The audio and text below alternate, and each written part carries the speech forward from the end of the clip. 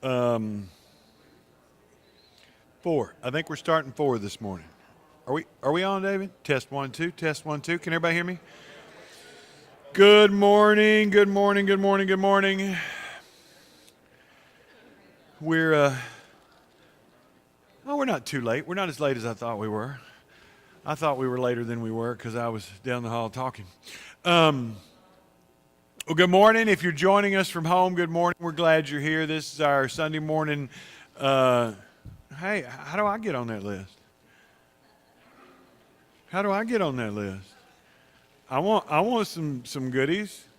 Sorry, I'm home. You just missed out on all that. You're on your own. But welcome. This is our Sunday morning Bible class. We're walking through the life of David, and so we have made it through 1 Samuel and are in 2 Samuel. Last week we finished up chapter 3, but I want to go back just for a minute and point out some things that I don't think we really emphasized last time and that can provide some clarity as I was having conversations with people this week. At the beginning of the chapter, at the beginning of chapter 3, well, not the beginning. It was, where are we? Not the beginning of chapter 3, the middle of chapter 3, when about verse 6, when Abner sleeps with one of Saul's concubines. You remember that. We talked about that. Her name was Rizpah. And we talked about how that is not about intercourse, it's about power. And so as I was explaining that, talking about that this week, we're going to see later on in 2 Samuel, both Adonijah and Absalom are going to try to sleep with David's wives and concubines. That is a claim to power. In the ancient Middle East, sleeping with a ruler's wife, concubine, harem, was a legitimate claim to the throne. One example I'll give you is Josephus, the first century Jewish historian, records an Egyptian account of a pharaoh who went off to war and instructed his brother not to sleep with his concubines or wear the crown. The brother does both, and that triggers a massive civil war because that is a claim to the throne. And so it was more than just, he thought she was pretty or whatever. It was a claim to the throne. But that's here in the first part of chapter 3. And at the end of chapter 3, well, later on in chapter 3, not the end actually, but later on, when Abner is mad now at Ishbaal and says, I'm going to go over to David, David says, don't even come into my presence unless you bring my first wife, Michal is how it would be in Hebrew, but unless you bring her with you.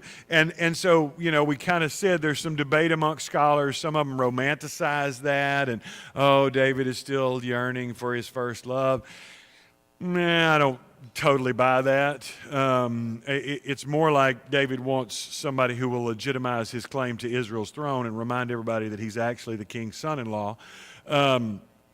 But those two stories are right there together on purpose. I think they're giving us a glimpse then at why Michal was important. Michal was not important because of David's undying love for her. Michal was important because she was Saul's daughter and a conduit to claiming power, to claiming the throne. And so it was important that... So I wanted to point that out because I didn't think we emphasized that last time, that one of those reflects on the other. And remember, we talked about throughout this book the duos and the contrasts. And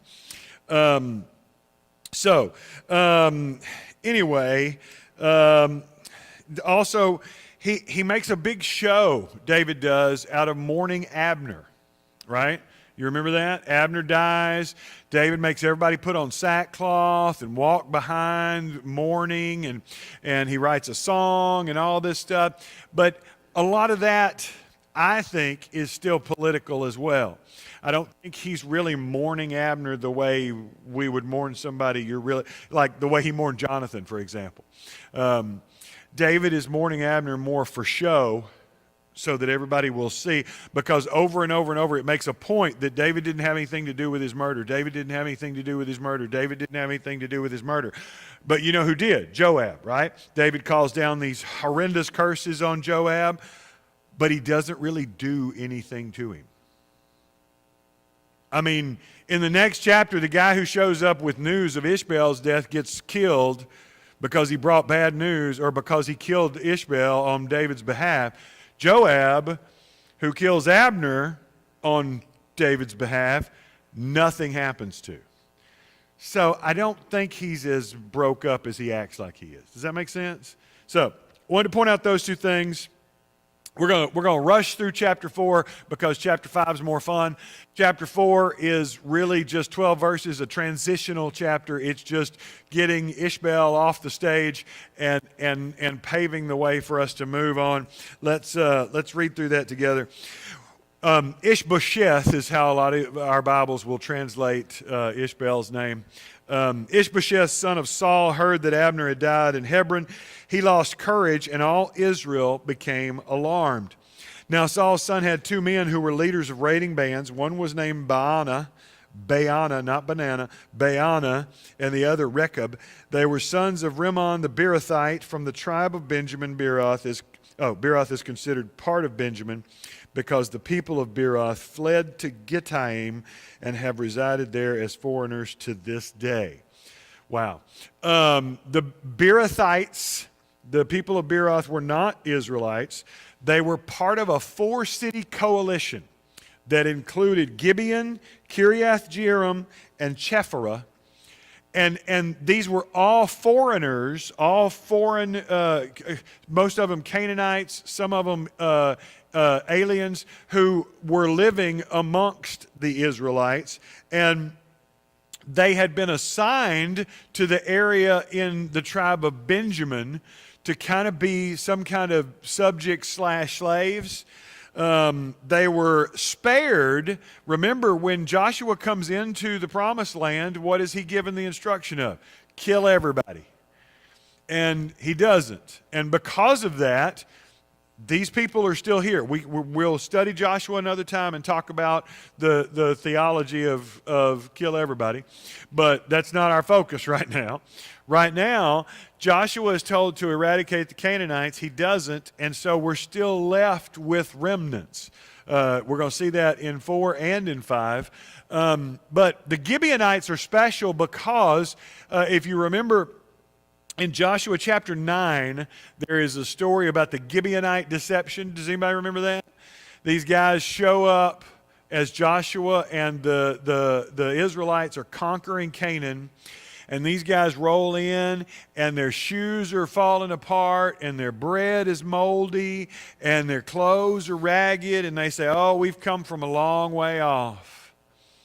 And rather than Joshua and the Israelites consulting with God and going, you know, what should we do here? They just go, oh, you come from a long way off. Okay.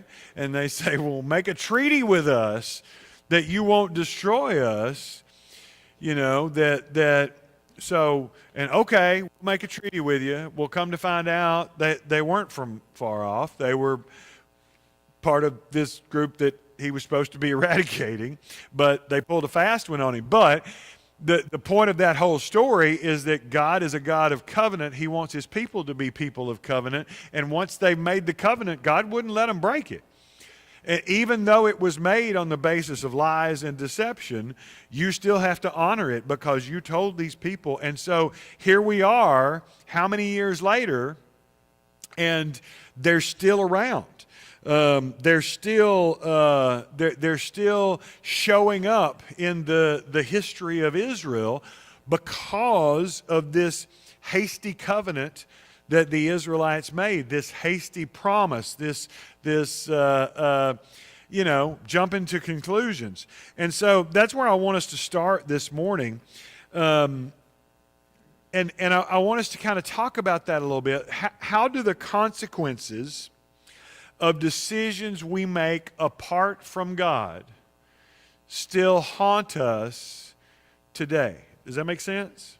How do the consequences of decisions that we make apart from God. That's what the Israelites did. They made this decision to make this treaty without consulting God, without asking God if they should or not, without seeking God's counsel. They made this decision and they did it, and then they went to God. Now that rings home with me because a lot of times that's what I do. I don't say, God, what should I do? You know, which way should I go? I wait till I have a decision in front of me that I've already mapped out, or that I've already made the decision, and say, God bless me because I'm going to do this, you know? And so how do my hasty decisions that I make apart from God, how do the consequences of those still haunt us later? That's what I want us to start talking about this morning. That's our first discussion question, if anybody wants to jump in on that. Jason. Well, throughout Scripture it says to consult God. Right? Throughout Scripture it says to consult God. And we've seen multiple times, even from David, not just, I mean, we're talking about Joshua right now, but even David, when he makes some of his biggest bonehead moves, it's because he didn't inquire of the Lord. And we see when he does well, it always starts out, then David inquired of the Lord. When he doesn't is when he gets himself in trouble. I think I'm very guilty of that. In my own life. Right. But truthfully, I think we can all say that we're guilty of that. You?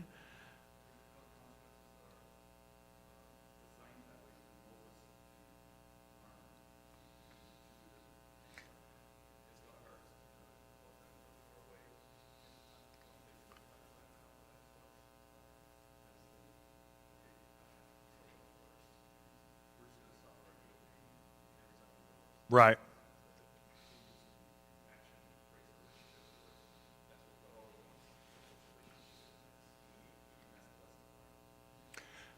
Yeah, for those of you who couldn't hear, Ewan's pointing out that consequence is sometimes the best teacher. And a lot of times the consequences are the way they are so that I will learn from it, because some of us learn better from consequences than we do from instruction. I remember we were on vacation one time with the extended family, and I have these 3 little nephews, and one of them didn't want to put his shoes on. And we're at a resort in Florida, and we're going to the pool. He didn't want to put his shoes on. Now, it's a little bit of a walk. And so I said, y'all go on. He and his father get into a conflict. You know, boys and their fathers, you know. You don't ever have that with Sam, do you? He's just too sweet. But normal boys and their fathers, they butt heads. And so him and his father were butting heads. He didn't want to put his shoes on. His daddy was telling him to put his shoes on. It was escalating. I'm like, y'all just go on. I'll take him. And so I just pick up his shoes. And I said, come on, let's go. Well, about noon on a Florida sidewalk, we got about halfway there, and he started saying, Uncle Jeff, can I have my shoes? Nah, you don't want these shoes. Come on. Because consequence is a great teacher. Instead of butting heads over it, you know, you burn your feet a little bit. You realize I might need to put on some shoes. But it's funny, but that's me in my life a lot of the time. God's like, I told you, I gave a whole chapter telling you what to do, and you still do stupid stuff, and the only time you learn is when you burn your feet. And that's Jeff. And so, yeah, I think you're exactly right. I think a lot of times we're going to see David over and over and over, especially as we get further into 2 Samuel. He's going to repent, and he's going to beg forgiveness, and I believe God forgives him. But the consequences are still there, because the consequences are still there. We don't know if these two guys were David loyalists, right? Like they were pro-David, you know, on the political spectrum. They were in Saul's army, Ishbosheth's army. So they're not totally given to David, but they might be like, you know, the ones who in the Revolution appeared to be one thing. You know, the American Revolution, they were really working for the other side, whichever. It could be either or both.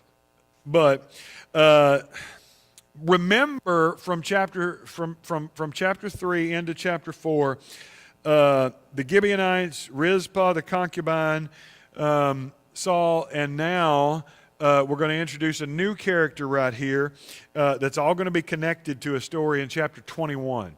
I don't know why it laid it out like this, but this is what's happened. There's a little aside inserted here that some scholars argue about whether it's a scribal addition. That means, some scribe who was copying it added this in there later, or if it's out of place, or what. We'll talk about that in just a second. But verse 4, Jonathan, son of Saul, had a son who was lame in both feet. He was 5 years old when the news about Saul and Jonathan came from Jezreel. His nurse picked him up and fled, but as he hurried to leave, he fell and became disabled. His name was Mephibosheth. The question is, why is this here? It doesn't have anything to do with the story, right? And later on, it would make sense to insert it in the Mephibosheth story more than it would be to insert it here. So why include this with the death of Ishbosheth when it supposedly happened way back with the death of Saul? It just doesn't make sense. And so that's what trips a lot of people up. One theory that I heard from a guy named Gary Greenberg, he's the president of the Biblical Archaeological Society. He argues that this is not a clumsy inclusion, but it's here on purpose. He argues that for these two guys, killing Ishbosheth would not have been enough. If you are killing Ishbosheth because you want David to take the throne, right? And that's kind of what they say they're doing. If you're killing Ishbosheth to put David on the throne, that's not enough. Because just killing Ishbosheth, there's still a son of Jonathan out there, even though he's lame in both feet. There's still a son of Jonathan out there. And so Ishbosheth is not the only heir to the throne. You would have to kill both. And Greenberg argues that maybe this happened at the same time. That these guys didn't just go after Ishbosheth at his house. They got him, and then they went after Mephibosheth so that they'd wipe out all the heirs. But some scribe didn't want David to get blamed for it, so they tweaked it a little bit. It makes a little sense in the timing as to why it would be inserted. I don't buy the scribes were very, very meticulous, and even if they didn't like what it said, that they would still write it. I mean, the kids are doing judges in LTC, and they're learning that. That's why LTC only told them to go through chapter 16, because everything after chapter 16 is nuts. But if you were going to clean it up, why wouldn't you clean that part up? Why wouldn't you clean up some of the things with Isaac and Jacob? And it doesn't make sense to me. And so I don't buy that. I think that may be why it's there, that maybe it did happen around the same time, or maybe he's just pointing out that these guys are idiots and just killing Ishbosheth wouldn't have been enough anyway. I don't know. And the truth is, it doesn't really matter. It doesn't really change anything. It doesn't really change the point of the stuff. And so I just wanted to point that out to you because I'm a nerd and those kind of things interest me. The assassins kill Ishbosheth in his bed. They break into his house, they kill him in his bed, and they cut off his head and bring it to David because they're expecting a reward. Now, this hasn't worked out well for people in the past.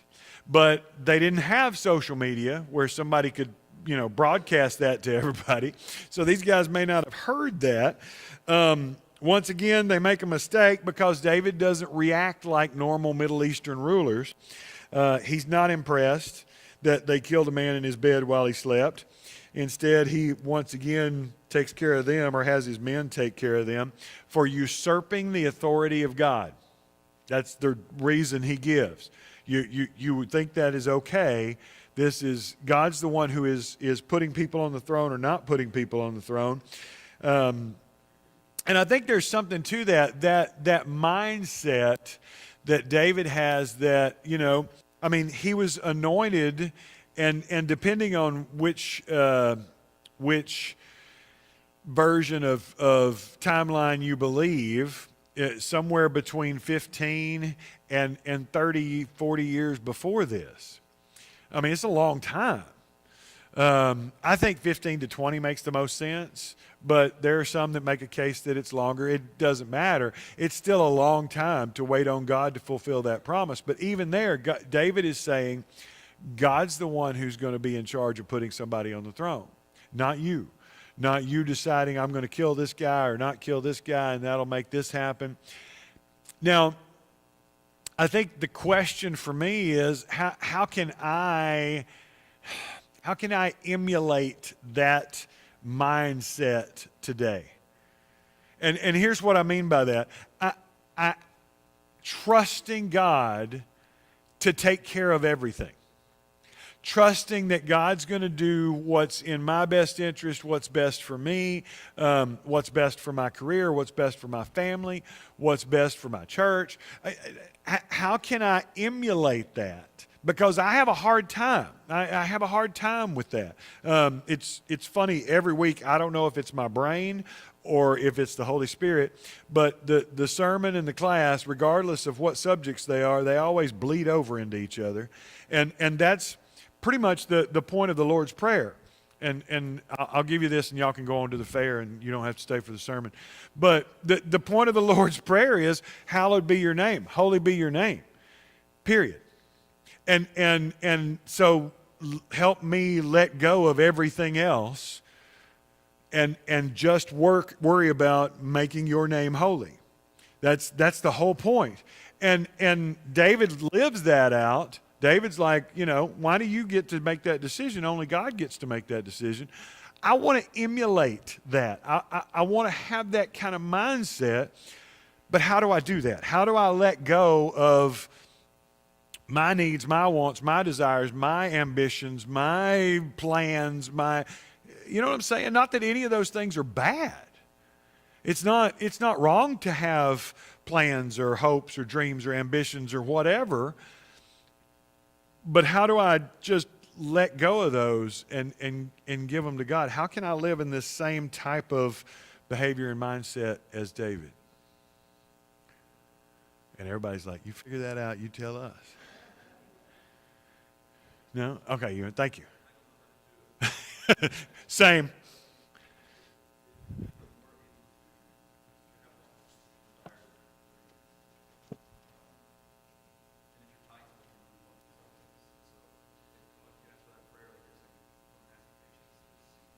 Yes.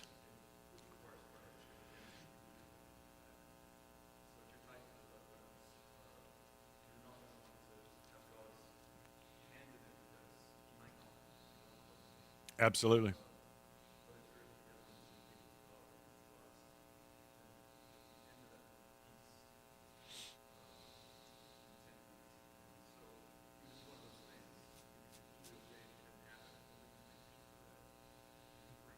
Yeah, that really letting go of my wants and needs and desires. And a lot of times, we don't want to give things up to God because he may not want what I want. I had a teenage girl one time, and when I was a youth minister, and she was talking about her boyfriend, and I asked her, "Have you prayed about it?" And, well, why would I do that? He'll just break us up. Really?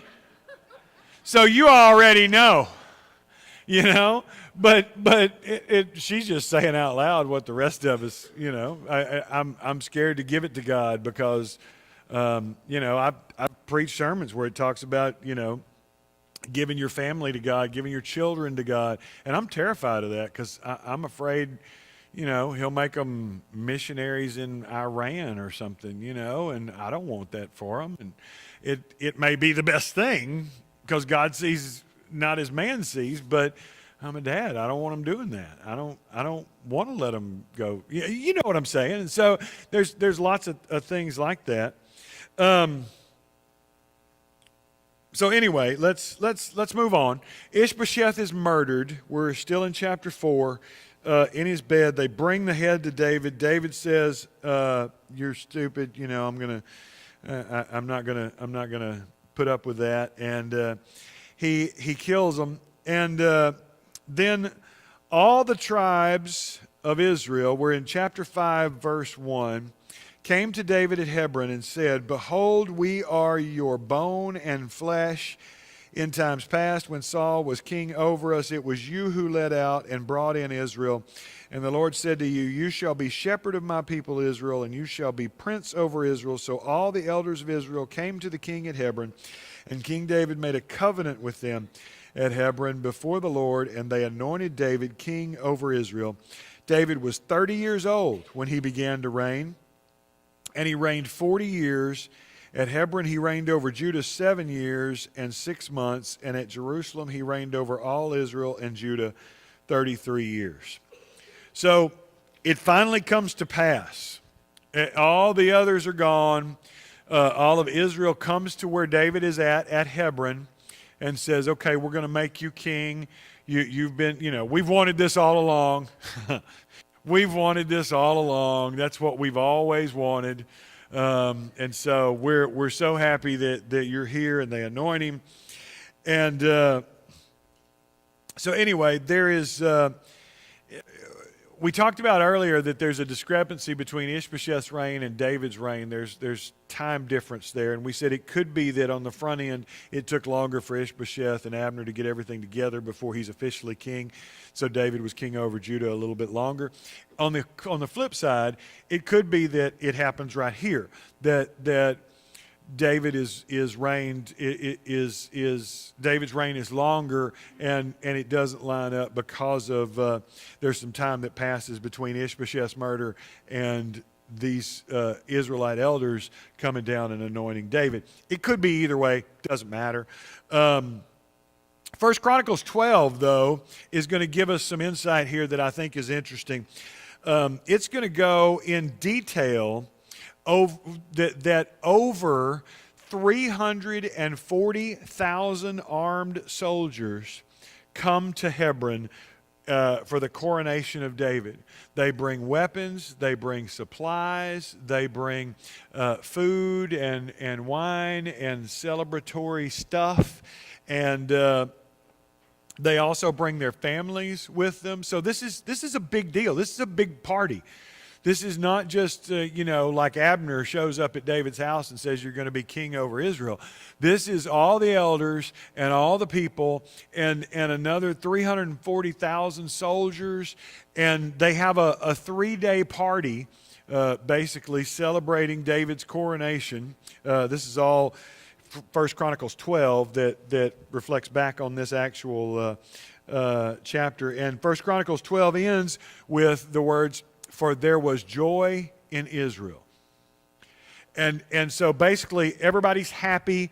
David is the king. What do we learn about the promises of God from this? Now, remember, probably 15 years ago, David is anointed, you'll be the next king over Israel. And then he spends 15 years, wilderness, battle after battle, living with Philistines, constantly on the run, living in caves, living in the wilderness, and at some point you got to start wondering, is that, did God forget about me? What happened? What can I learn from this about the promises of God?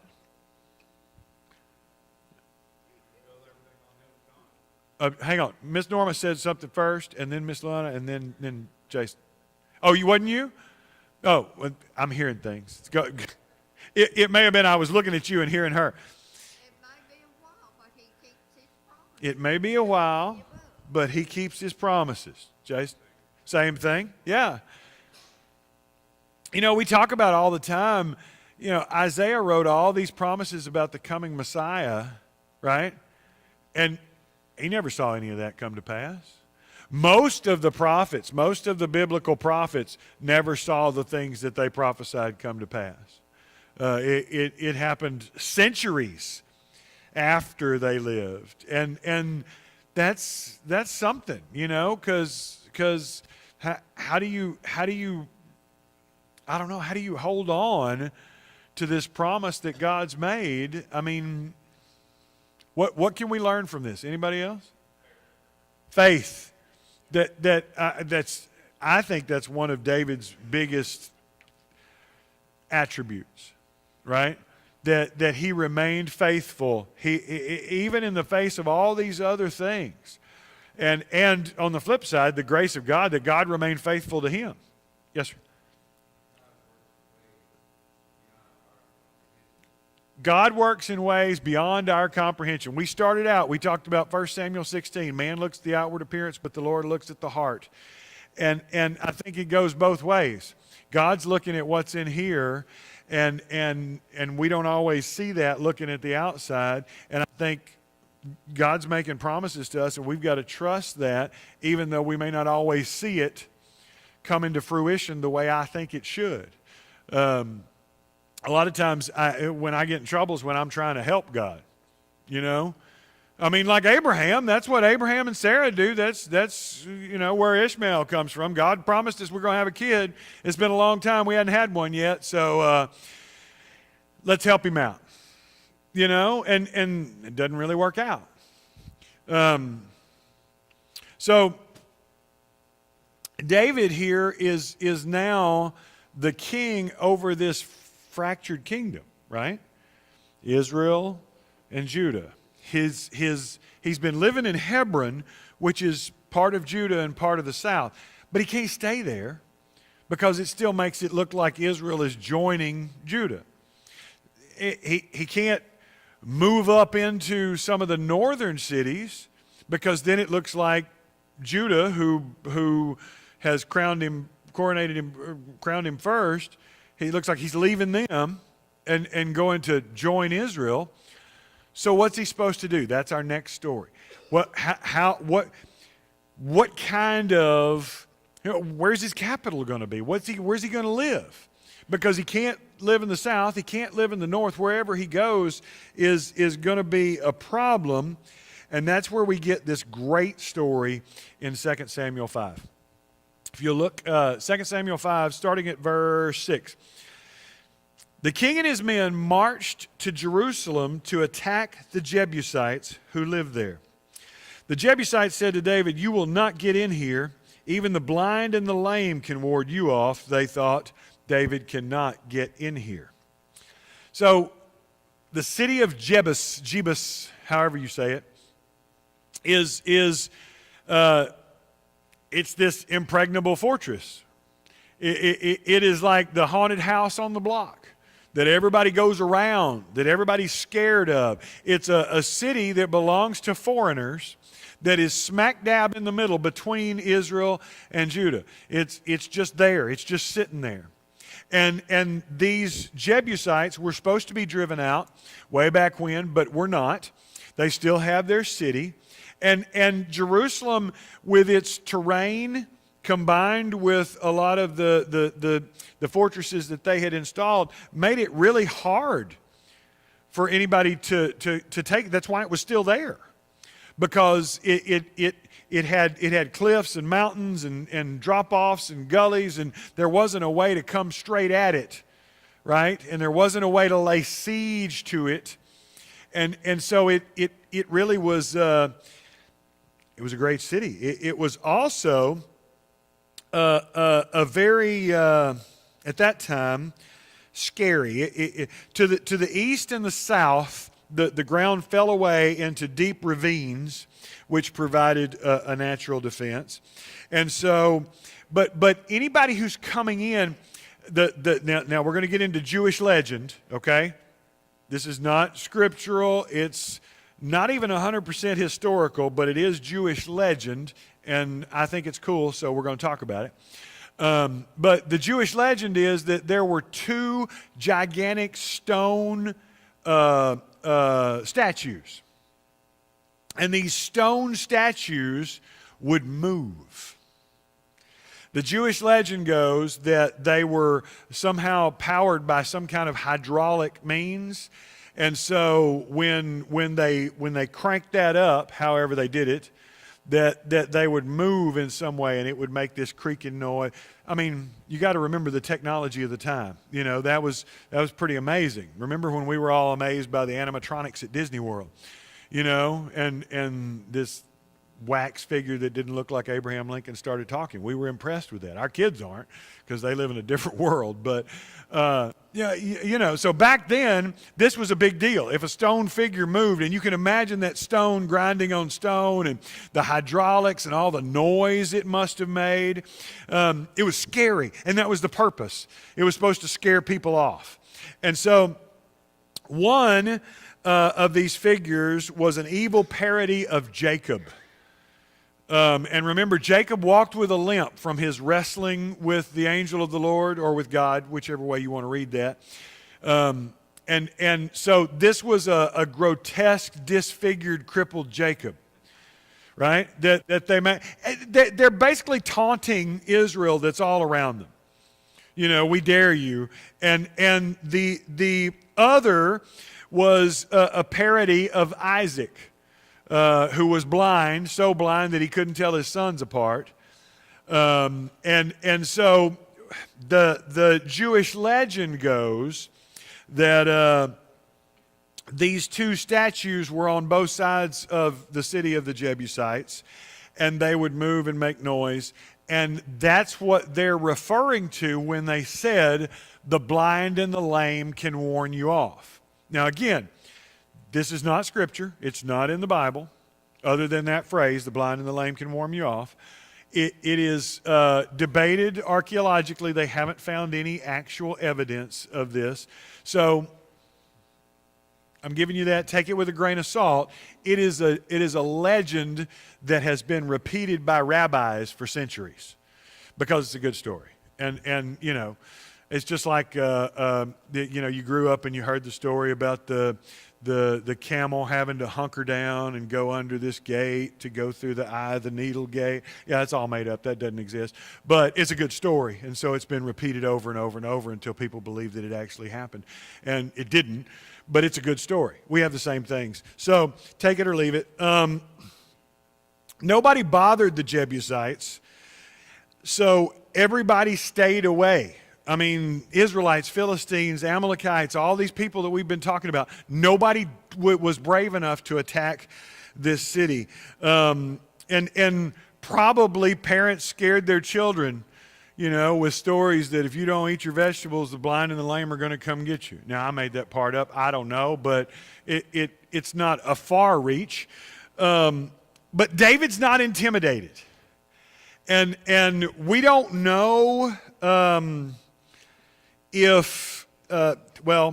me just give you, Rabbi Gersonides, who is one of the Jewish teachers from about the 13th century, started writing down some of these legends. He's the first recorded to write down the legend of the Jebusites and the demonic idols and the hydraulically powered machines. He postulates that maybe a Jebusite was one of the disenfranchised who came to David. Remember when he was in the wilderness, and it said all those who were in debt or upset or outcast, or all those came to him, that maybe a Jebusite was one of those, that somehow he came across a Jebusite when he was living in the wilderness. Anyway, David knows the secret. He knows that these aren't magically possessed statues that have magical powers, that they're powered by some kind of aquifer. And David is smart enough to know that if there is an aquifer, there's water coming into that city some way. And if there's water coming into that city some way, there is a way under the walls. There is a way into the city. And so David and his men swim up through the water pipe that feeds the city. Now, is it so full that they have to swim? Do they wade? I don't know. That doesn't matter. They get in, they sneak into the city. The same water that feeds these blind and lame, they sneak in through the aquifer. I mean, because if you've got an aquifer coming into your city that nobody knows about, some kind of underground water source, you can't be, siege was the best way of warfare at that time. They'd lay siege to a city and cut it off from all of its supplies, and sooner or later you ran out of food and water and you had to do something. And you'd either fight or give up. But if you've got a water source coming in and they had animals and all, they could last for a long time because you couldn't cut them off. And so you see the city is impregnable, but David uses it against them. And he and his men swim up through this aquifer, pop up in the city, take the whole thing with hardly any bloodshed whatsoever. It's the easiest victory of David's entire career. But the beauty of this story is that now, from this point on in the biblical record, Jerusalem will forever be the city of David. It will be the city of Zion.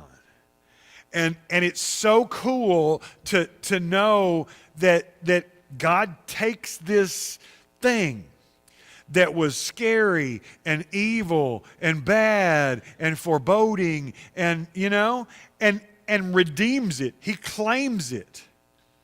He takes it over, and now it will forever. I mean, Jesus and the New Testament authors are going to use Jerusalem, the great city descending from heaven, as a metaphor for the second coming, for the end of the. I mean, that's a pretty big deal, right?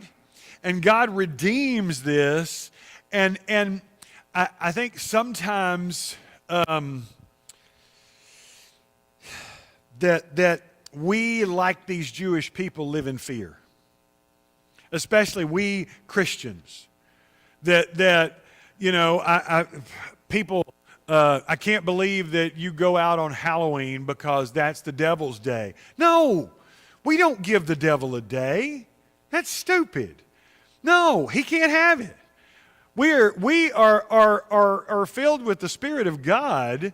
And so if we want to have a party and celebrate and celebrate God's harvest or whatever, I'm not giving the devil anything. I'm just pulled that out of my head. But the point is, we have so many things that we're terrified of. Oh, well, that we can't do that because that might be.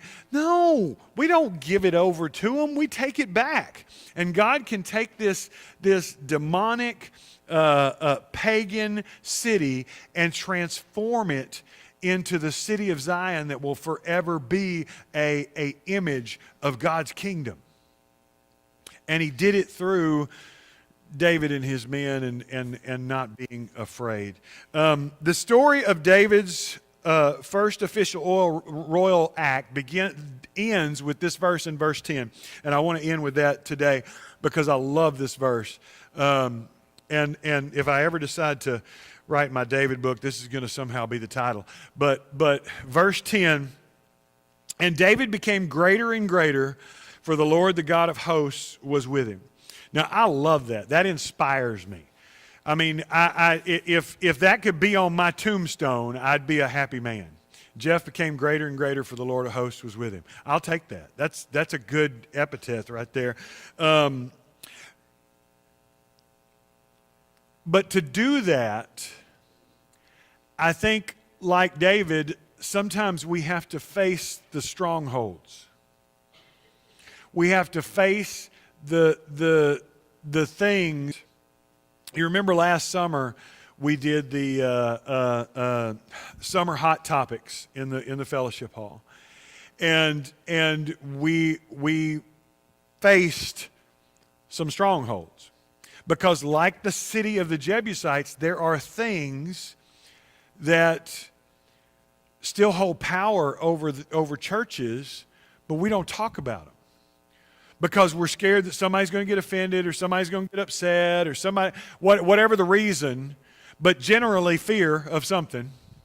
And we're afraid to address those strongholds. We're afraid to tear down those strongholds because it's always been that way.